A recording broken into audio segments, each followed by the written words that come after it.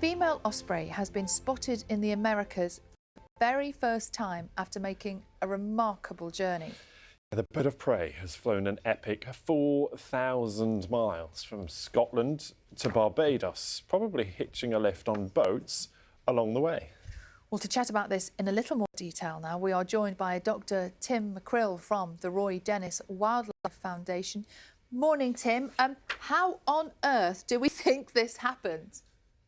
Yeah, morning. It's an amazing story. Basically, this young osprey would have left its nest site probably at the end of August, early September last year. And young ospreys have a difficult time as it is because they migrate to their wintering grounds, which are typically West Africa or perhaps Southern Europe on their own. So they're navigating for the first time and they're traveling alone.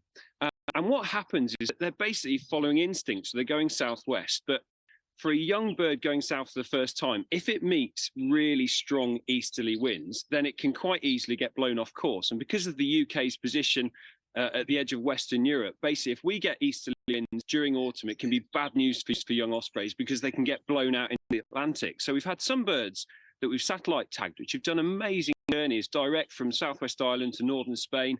Another one that flew all the way to the Cape Verde Islands off the coast of Africa.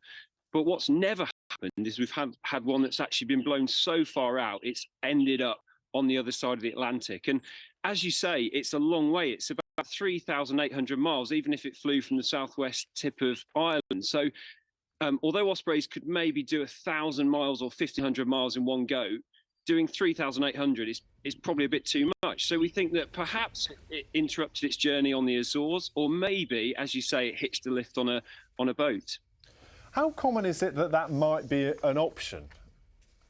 Well, it happens more than you might think, because you can imagine that a young bird flying south for the first time, even if they leave their nest site in really good condition because their parents give them lots of fish prior to them departing on migration, once they leave, that's it, they're on their own.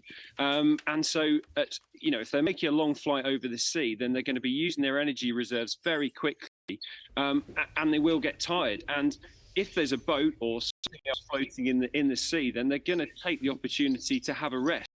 If you look at the shipping lanes that run towards the Caribbean, then it is possible that this bird might have hitched a lift even on a couple of boats. There was one satellite tagged osprey from North America which actually got blown out into the Atlantic on a hurricane, and that hitched a lift on I think 4 or 5 different boats and nearly made it to the Azores. So there is a kind of precedent for this kind of thing, but we've never known one to actually make it across the Atlantic. So it's an incredible story.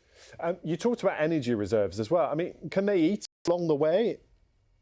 Well, ospreys only eat fish, so you might think, well, if they're at sea, that's fine because there's fish in the sea. But the ospreys, the way they hunt is they dive down into the water and they catch fish with their talons, but then they don't eat in the air. So what they've got to do is they've got to find somewhere to perch and eat fish. So the chances are, when they're making long flights over the sea, there's no opportunity for them to feed. And we have had some satellite tagged birds that have gone 3 or 4 days. One was blown right out into the Atlantic and was flying for 64 hours. So they can make these amazingly long flights. But, for one to actually make it across the Atlantic is something quite remarkable. And what might happen to this particular bird now? Well, that's the big question, because, of course, what we don't know is exactly what it's going to do this time next spring. So a young osprey in its first winter is basically going to find a wintering site. And if it settles somewhere, it will remain there for the whole of its second year. So this year, that osprey is basically probably going to enjoy the sun in Barbados for the whole year.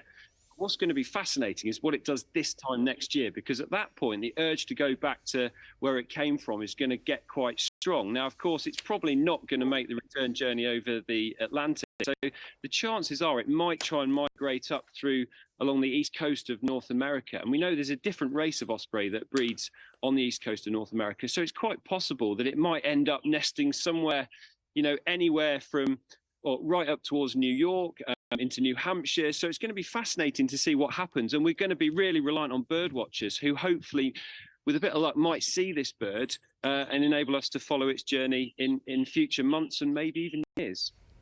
It is really fascinating to hear about this. Tim, thank you for being with us this morning. Dr. Tim Mackrill there from the Roy Dennis Wildlife Foundation.